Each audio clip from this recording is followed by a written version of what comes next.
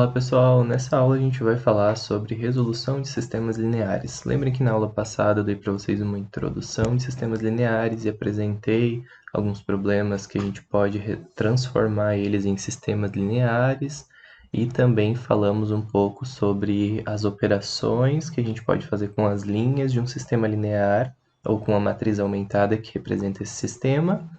Além disso, falamos um pouco sobre a interpretação geométrica desses sistemas lineares quando as equações representam retas e planos. Na aula de hoje, a gente vai falar sobre como resolver sistemas lineares utilizando a redução por linhas. Então, no exemplo da aula anterior, foram feitas várias operações sobre as linhas de um sistema linear e, no final das contas, a matriz aumentada ela ficou reduzida a essa forma. A matriz estando reduzida a essa forma e sabendo que ela representa um sistema linear, a gente pode disso aqui facilmente saber quais são os valores x, y e z que a gente está procurando. E esses valores são x igual a 1, y igual a 2 e z igual a 3. E a gente consegue observar isso porque a primeira a primeira coluna representa os coeficientes x, a segunda os y, a terceira o z, e essa coluna aqui representa os termos independentes do meu sistema linear, ou seja, aqueles valores que não estão multiplicados por nenhuma incógnita. E a gente pode transformar todas as nossas matrizes que representam sistemas lineares a uma forma de escada, como essa matriz está colocada. E representar ela numa forma de escada significa que após eu fazer as operações com linhas, eu posso ter algumas linhas que são formadas por zeros e essas linhas elas precisam ficar na base da matriz. Todas as linhas que não são formadas por zeros, elas vão começar por 1. Então a gente pode utilizar lá a multiplicação para transformar isso em 1. E esse 1 ele é chamado de pivô dessa linha. E todos os valores que estão abaixo desse pivô, eles são zeros. Sempre que eu tenho linhas que estão abaixo de uma linha com um pivô, essa outra linha também pode ter um pivô, mas esse pivô ele precisa ficar à direita. Quando eu tenho essas três primeiras condições satisfeitas, eu digo que a minha matriz está na forma escalonada por linhas. Se além disso eu transformar em zeros todos os valores que estão acima dos meus pivôs uns, eu digo que ela está na forma escalonada e reduzida por linhas, que é o exemplo que eu tenho aqui. Aqui eu tenho alguns exemplos de matrizes que estão na forma escalonada reduzida por linhas e na forma que está escalonada por linhas. Então percebam que todas essas matrizes que eu tenho aqui na parte de baixo, elas estão na forma escalonada por linhas, porque em cada uma das linhas que não são inteiramente formadas por zeros, eu tenho que o primeiro valor vale 1. Abaixo desse valor, todos os números são zeros, então isso acontece para a primeira linha, acontece para a segunda linha e aqui nesse caso para a terceira linha também. Isso também acontece nessa matriz aqui, eu tenho uma linha que ela é inteiramente formada por zeros, então eu coloco ela na base da matriz e aqui eu identifico os dois pivôs, um está à direita do outro. Aqui eu também tenho uma matriz que ela não começa com 1 aqui, mas todos os elementos abaixo do pivô são zeros e todos os pivôs estão à direita do pivô que está imediatamente acima. A gente costuma dizer que essas matrizes elas estão na forma de escada, porque a gente consegue formar tipo uma escadinha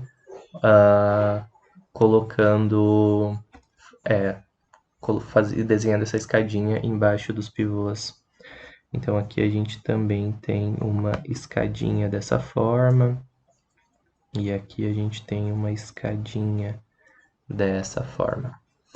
E aí, percebam que nessa matriz aqui, nem todos os elementos que estão à direita do pivô, na mesma linha, são zeros. E quando eu faço isso, para que eu transforme todos os elementos que são possíveis à direita do pivô ser zero, a gente faz, então, essa matriz estar na forma escalonada, reduzida por linhas.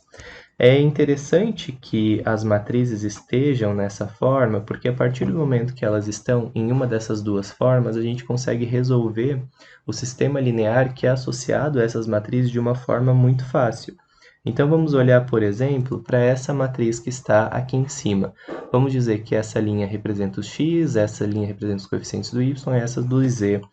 Então, nessa matriz aqui, a gente já pode tirar por conclusão que o x vale 4, que o y vale 7 e que o z vale menos 1. Dessas matrizes aqui, a gente também pode tirar algumas conclusões. A gente tem que perceber que essa coluna representa os x, essa representa os y e essa daqui representa os termos independentes. Então, se a gente começar a olhar isso aqui pela linha de baixo, a gente vai perceber dessa linha aqui que 0y é igual a 1. E analisando isso dessa linha, a gente pode perceber que esse é um sistema que não vai ter solução, porque a gente tem 0 multiplicado por alguma coisa igual a 1, e isso não existe. Da mesma forma, nessa matriz aqui, a gente também tem que ela está na forma escalonada reduzida por linhas, porque abaixo dos pivôs eu tenho 0 e acima dos pivôs também. Então, eu só tenho dois pivôs, esse, e eles são zeros. E aí, dessa linha aqui, eu posso tirar por conclusão que... Vamos chamar isso aqui de x1, essa coluna do x1, do x2, do x3, do x4, que, nesse caso, o x4 é igual a 3. E, além disso, da linha de cima, essa flechinha não faz sentido, mas vou colocar aqui embaixo, da linha de cima a gente tem que um x2 menos 2x3 mais 0x4 é igual a 1. Dessa linha aqui, a gente poderia, se a gente estivesse resolvendo esse sistema, isolar o x2, então x2 é igual a 1 mais 2x3. E aí, com isso, a gente teria uma primeira solução para esse sistema. Da mesma forma que a gente tem um sistema que está na forma escalonada reduzida e esse sistema aqui tem infinitas soluções. Mas a mesma coisa poderia ser feita se eu tivesse com as matrizes na forma escalonada, onde acima dos pivôs eu não tenho zero. Se eu encontrar uma matriz apenas dessa forma, eu sempre posso começar a fazer a resolução do meu sistema de baixo para cima utilizando um processo que se chama retrosubstituição. Então, olhando para esse sistema aqui, a gente vê que da última linha, um z é igual a 5. Da linha imediatamente superior, a gente percebe que um y mais 6z é igual a 2. E da primeira linha, a gente tira aqui um x mais 4y menos 3z é igual a 7. E tendo o sistema escrito dessa forma, eu sei que o z vale 5, posso substituir isso aqui, determinar o x, o y. Tendo o z e o y, eu substituo os dois aqui e determino o x. Então, são duas formas que a gente pode deixar a nossa matriz para resolver os sistemas lineares.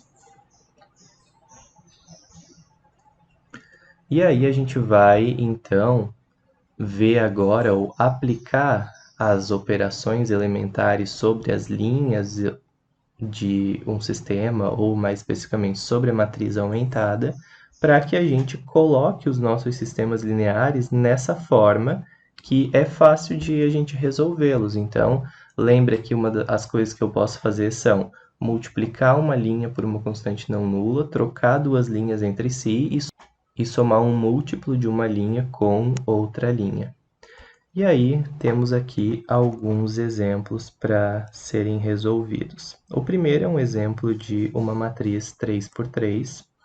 E a primeira coisa que eu vou fazer quando eu quero resolver um sistema linear é escrever isso aqui como uma matriz aumentada. Nessa matriz aumentada, eu vou colocar aqui os coeficientes de cada um das incógnitas.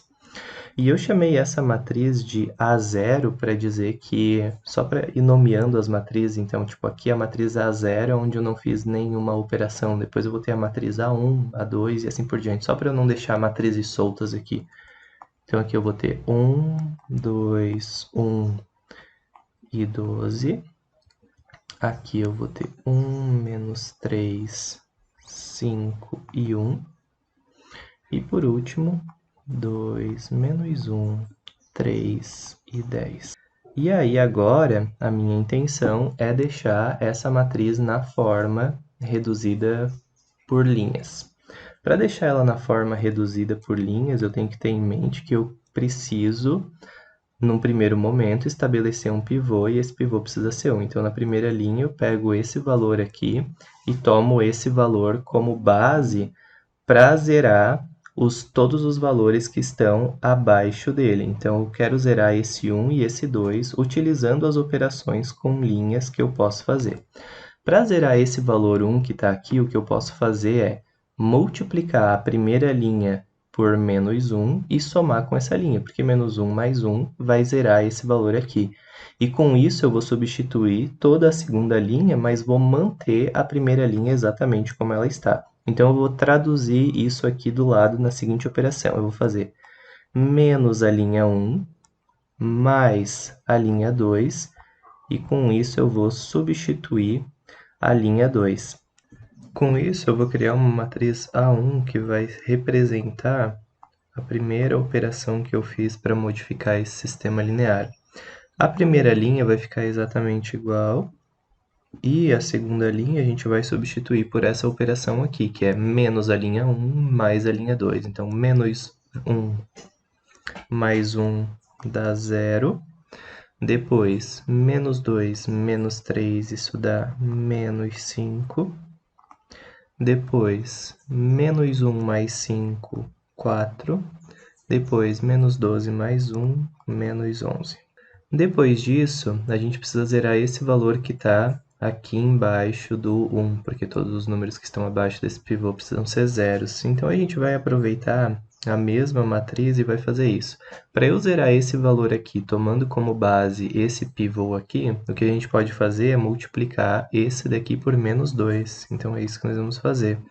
Menos 2 vezes a linha 1, só que agora nós vamos somar isso com a linha 3 para zerar esse valor aqui.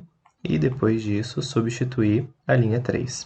E aí, fazendo essas operações com a linha 1 e com a linha 3, nós vamos ter menos 2 vezes 1, menos 2, mais 2, 0. Menos 2 vezes 2, menos 4. Menos 1 dá menos 5. Depois, aqui nós vamos ficar com menos 2 vezes 1, menos 2. Menos 2 mais 3 dá 1. Menos 2 vezes 12 dá menos 24, mais 10, menos 14. E aí, a gente deixou, então, tudo igual a zero abaixo do primeiro pivô. Agora, esse número aqui, que está na segunda linha, o primeiro número não nulo da segunda linha, que nesse caso é o 5, negativo, ele precisa ser o nosso novo pivô. Só que para ser um pivô, ele precisa ser 1. E para que esse número seja transformado em 1, o que a gente pode fazer é multiplicar toda essa linha por uma constante. E essa constante vai ser a constante menos 1/5, né? Vezes a linha 2, e com isso nós vamos substituir a linha 2. Após fazer essa operação, a gente vai ter uma nova matriz, que é a matriz A3, onde eu vou aplicar aquela operação ali.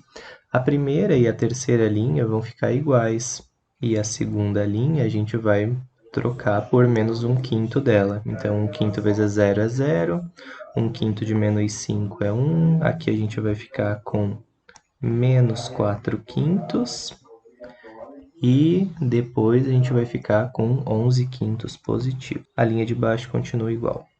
Esses passos que eu estou fazendo, eles são praticamente padrões na resolução de todos os sistemas lineares.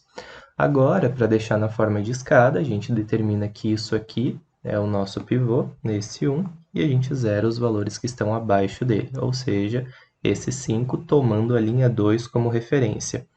Para que eu some essas duas linhas e eu suma com esse valor, essa linha aqui precisa ser multiplicada por 5, né? Então, o que eu vou fazer aqui é 5 vezes a linha 2 mais a linha 3 e vou substituir a linha 3.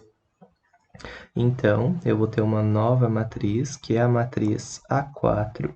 Nessa matriz A4, a primeira e a segunda linha vão continuar iguais, e eu vou substituir apenas a terceira com essa operação.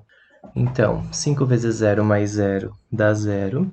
5 vezes 1 dá 5, menos 5, 0. Depois, 5 vezes menos 4 quintos dá menos 4, mais 1, isso dá menos 3. 5 vezes 11 quintos, isso dá 11. 11 menos 14 dá menos 3. E aí, tivemos essa última linha aí. Para deixar na forma escalonada, ainda segundo as regras, a gente precisa deixar esse valor aqui, que é o nosso próximo pivô, sendo igual a 1. Para fazer com que ele seja 1, o que a gente pode fazer é pegar toda a terceira linha e multiplicar por 1/3, né? Então, a nossa próxima matriz, que é a matriz A5, ela vai ser igual a... Primeira e segunda linha continuam iguais, e a terceira linha vai ser 1/3 dela. 1/3 negativo, né? Então, 1 e 1. E com isso, a gente tem uma matriz que está na forma reduzida, ou melhor, na forma escalonada por linhas. Ah, não preciso mais de matriz. Quando a gente chega nesse ponto em que a matriz está na forma de escada, que a gente pode representar que tem essa escadinha aqui, a gente pode começar a fazer um processo que se chama retrosubstituição, ou seja, pegar essas linhas dessa matriz aumentada e transformar eles de novo em equações. Por quê? E a gente sempre começa a fazer isso da linha de baixo para a linha de cima. Então, aqui nós temos que 1z é igual a 1, então a gente vai tirar por conclusão que o z é igual a 1 da terceira linha, né? Na segunda linha, a gente tem que 1y menos 4 quintos vezes z é igual a 11 quintos. Então, 1y menos 4 quintos vezes 1 é igual a 11 quintos. E aí, 4 quintos passa para o outro lado somando, 11 quintos mais 4 quintos dá 15 quintos, e 15 quintos é a mesma coisa que 3. Temos aqui o valor do y e podemos fazer a mesma coisa para a primeira linha. Da primeira linha, a gente tira aqui 1x mais 2y mais z é igual a 12. Como a gente sabe que o y vale 3 e que o z vale 1, a gente consegue resolver isso aqui facilmente. Então, 2 vezes 3, 6, mais 1, 7, passa para o outro lado subtraindo, 12 menos 7 dá 5. Então, tá aí as nossas soluções para esse sistema. E essas soluções, geralmente, a gente vai representar dessa forma. x, y, z é igual a o valor do x, que é 5, o valor do y, que é 3, e o valor do z, que é 1. Pensando geometricamente sobre esse sistema linear, a gente tem que esse sistema linear representa 3 equações, né, de 3 planos, e através da solução dele, a gente percebe que esses 3 planos eles se intersectam em um único ponto, e esse ponto é o ponto 5, 3, 1. De acordo com as classificações que a gente viu, a gente pode classificar esse daqui como sendo um sistema possível e determinado, porque a gente tem apenas uma solução. Além disso, esse processo que a gente fez aqui de pegar uma matriz e deixar ela na forma escalonada, ele é um processo que também é chamado de eliminação de Gauss. E lembra então que na eliminação de Gauss a gente deixou as matrizes na forma escalonada. Existe um outro processo que é o processo de eliminação de Gauss-Jordan ou Gauss-Jordan. E nesse processo a gente deixa as matrizes na forma escalonada e reduzida. Só lembrando então, a diferença entre esses dois é que na forma escalonada os valores que estão acima do pivô, eles podem não ser zero, mas na forma escalonada e reduzida, a gente precisa com que todos os valores abaixo e acima do pivô sejam zeros. Então, esse processo a gente fez aqui, que se chama eliminação de Gauss, e no próximo exemplo, eu vou fazer um exemplo utilizando a eliminação de Gauss-Jordan.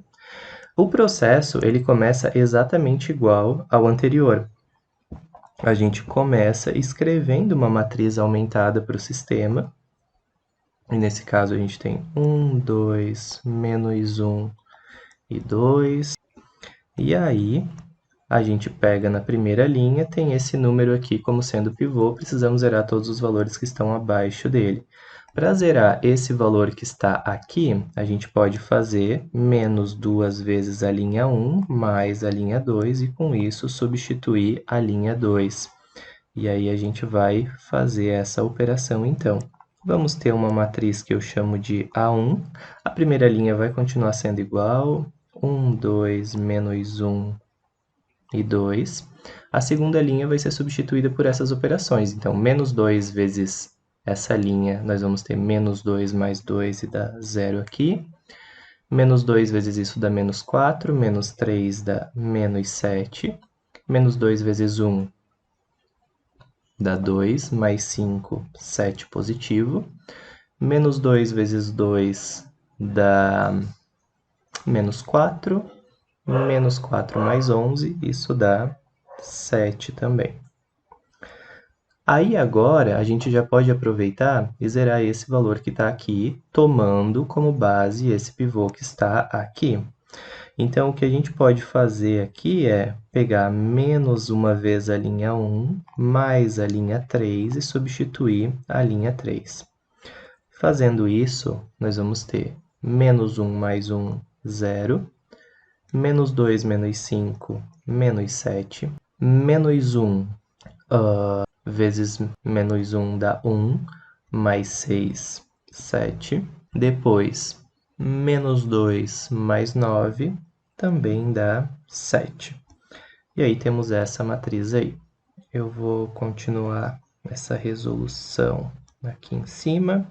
O que a gente precisa fazer agora é pegar este valor que está aqui, e este valor ele precisa ser transformado no nosso próximo pivô. Só que para que ele seja um pivô, ele precisa ser 1. Então, a operação que nós vamos fazer aqui é menos 1/7 vezes a linha 2, e com isso substituir a linha 2. Com isso, a gente vai mexer apenas na linha 2. A primeira e a segunda linha vão ser iguais, então cuidem para não fazer como eu e copiar os sinais errados. Então, aqui nós vamos ter menos 1/7 vezes isso vai dar 1, menos 1 e menos 1. E, por último, a gente vai ter 0, menos 7, 7 e 7. Agora, tomando isso aqui como pivô, a gente precisa zerar o valor que está abaixo dele. O valor que está abaixo dele é o menos 7. Então, o que a gente pode fazer é 7 vezes a linha 2 e somar com a linha 3. Percebam que eu estou usando como pivô agora a segunda linha e não mais a primeira. E aí, então, a gente vai ter uma próxima matriz, que é a matriz A4. E nessa matriz A4, a gente vai substituir a terceira linha apenas. Aqui nós vamos ter 7 vezes 0 mais 0, 0. 7 vezes 1, 7, menos 7, 0. 7, aqui vai dar menos 7 mais 7, 0. E aqui, menos 7 mais 7, 0. Se nós estivéssemos trabalhando com o método anterior, ou seja, com o método de Gauss, a gente já poderia parar a nossa eliminação nesse ponto e começar a fazer a reto-substituição. Só que, como eu falei para vocês, o que eu estou fazendo nesse caso é utilizando o método de Gauss-Jordan. E no método de Gauss-Jordan, todos os valores que estão acima e abaixo de todos os pivôs precisam ser zero. Então, como eu tenho esse pivô que está aqui no meio, e esse pivô, o número que está acima dele, ele não é zero, eu vou tomar essa linha como referência e vou zerar o valor que está acima dele. Então, agora eu começo a fazer operações para cima na matriz. Se eu tivesse um valor que fosse 1 aqui, eu teria que zerar esses dois valores que estão aqui acima. Mas nesse caso a gente precisa zerar só esse valor que está aqui. E para zerar esse valor que está aí, tomando a segunda linha como referência, o que a gente pode fazer é menos 2 vezes a linha 2 mais a linha 1 e substituir a linha 1. E aí, a gente vai ter uma nova matriz, onde a gente vai substituir apenas a linha 1 por aquela operação. Então, 2 vezes 0 mais 1 dá 1, menos 2 vezes 1 mais 2 dá 0. Aqui a gente vai ter 2 positivo menos 1, 1. Aqui 2 positivo mais 2, 4. E as linhas de baixo, a gente vai deixar elas exatamente como estão. E aí sim a gente tem aqui uma matriz que está na forma escalonada, reduzida por linhas. No final das contas, esse processo de Gauss-Jordan, ele acaba dando um pouco mais de trabalho para a gente, porque quando a gente chega nesse ponto, a gente vai ter que fazer mais ou menos o que a gente tinha na retrosubstituição anteriormente. Então, a gente vai fazer mais ou menos isso aí nessa matriz. A gente vai começar da linha de baixo e vai subindo, fazendo substituições nessa matriz. Como os coeficientes dessa matriz eram x, y e z, da última linha o que a gente tem? 0x mais 0y mais 0z igual a 0. A gente pode escrever isso aqui apenas como sendo 0z igual a 0. O que significa 0z igual a 0? Significa que, independente do valor que eu colocar para z aqui, eu sempre vou ter 0, porque esse z está multiplicado por 0. Então, esse z que está aqui, ele pode assumir qualquer valor. Ou seja, a gente diz que o z ele é uma variável livre, porque ele pode assumir qualquer valor. Então, a gente diz que esse z ele pode valer qualquer coisa, e geralmente eu chamo ele de t, t1, t2, se eu tiver mais valores livres. Então, eu vou dizer que esse z vale t, e esse t representa qualquer coisa. Aí, se a gente partir para a linha de cima, na linha de cima a gente tem que 1y menos 1z é igual a menos 1. Como eu sei que o meu z ele vale t, eu posso... Opa, acho que faltou um menos aqui em cima. Eu posso dizer, então, que o meu y ele é igual a menos 1 menos t. E da mesma forma, eu posso ir lá para a equação de cima, ou para a linha de cima da matriz, e transformar aquilo numa equação. Nessa linha, a gente tem que 1x mais 0y, então não preciso colocar, mais z é igual a 4. Ou ainda, que x mais t é igual a 4, e isolando o x, a gente tem que o meu x é igual a 4 menos t. Então, está aqui a minha resposta para o meu x. Percebam, então, que esse sistema ele é um sistema que tem muitas soluções. E essas soluções elas vão acontecer à medida que eu colocar valores para esse t aqui. Como as minhas soluções elas são do tipo x, y, z, a gente vai tirar por conclusão, então, que o meu x ele é igual a 4 menos t. Estou só usando a igualdade aqui, né? Que o meu y é menos 1 menos t e que o meu z é igual a um t qualquer. E aí, essa daqui é a forma da minha solução.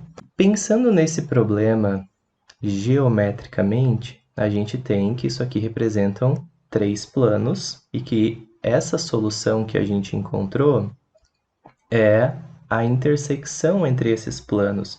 O que é a intersecção entre esses planos? É exatamente essa equação aqui. Essa equação aqui, se vocês perceberem, é a equação vetorial de uma reta. E a gente pode perceber, então, que esses 3 planos eles se intersectam numa reta que passa pelo ponto 4, menos 1 e 0, e que tem como vetor diretor o vetor menos 1 e 1. Então, a gente pode interpretar geometricamente o sistema dessa forma aqui, como sendo a solução dele é uma reta que representa a intersecção entre esses planos.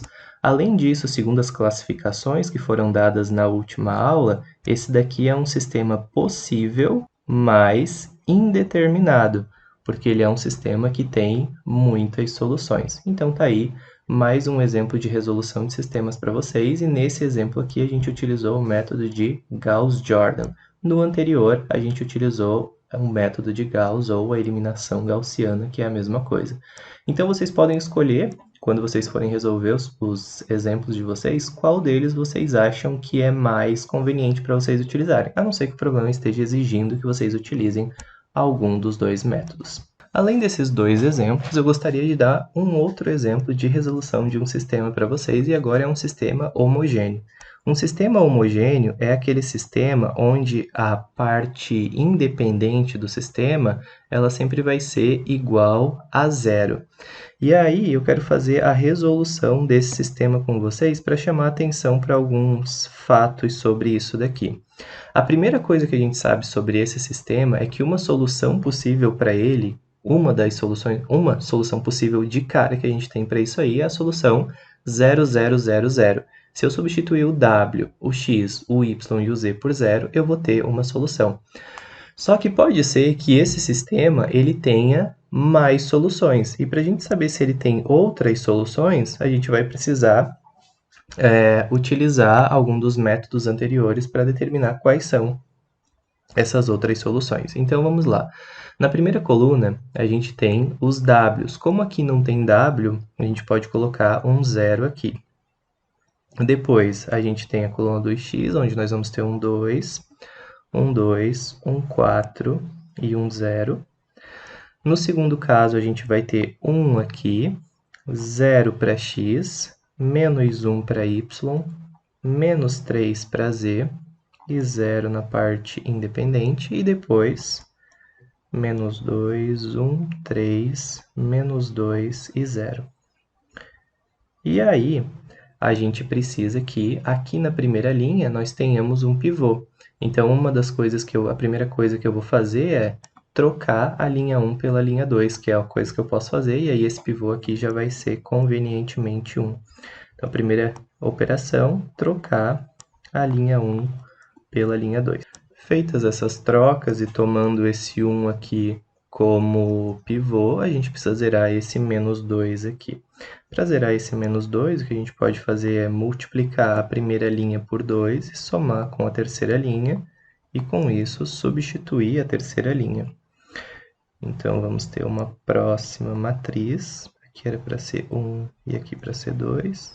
E nessa matriz, as duas primeiras linhas vão ficar iguais, a gente só vai substituir a terceira.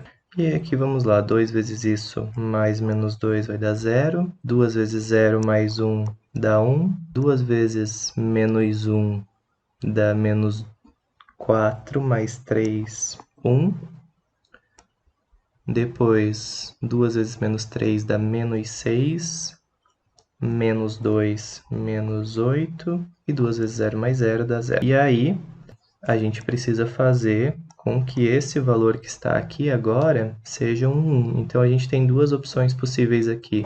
Ou a gente pode trocar essas duas linhas, porque aí esse 1 vem para cima, ou então a gente pode multiplicar essa linha por meio. O que eu vou fazer para ficar padrão é multiplicar por 1/2 a segunda linha. Então, eu vou fazer 1/2 vezes a linha 2 e substituir a linha 2. E aí, agora, a intenção que se tem é que se pegue e se zere o que está abaixo deste pivô aí.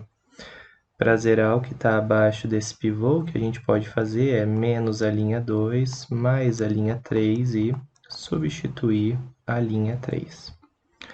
Então, vamos aqui, vamos ter uma próxima matriz, que é a matriz A4. Nessa matriz A4, as duas primeiras linhas vão ser iguais, e aqui a gente soma o oposto de uma com a outra. Então, menos isso mais isso dá 0, 0, menos 2 menos 8 dá menos 10, e aqui a gente tem 0. E aí, bom, a nossa matriz ela está quase na forma reduzida.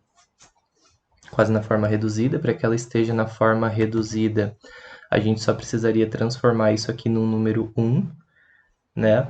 porque eu posso multiplicar toda essa equação por menos 1 sobre 10, mas a gente não precisa fazer essa operação se não quiser, quando a gente chega no último pivô. Então, para a gente resolver esse sistema, a gente já pode começar a transformar isso aqui de novo em equação.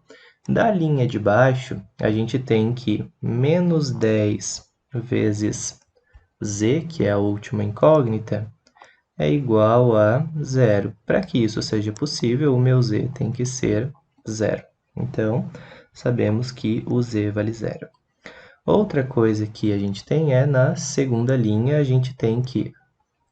A segunda incógnita é x, né? Então, x mais y mais 2z é igual a zero.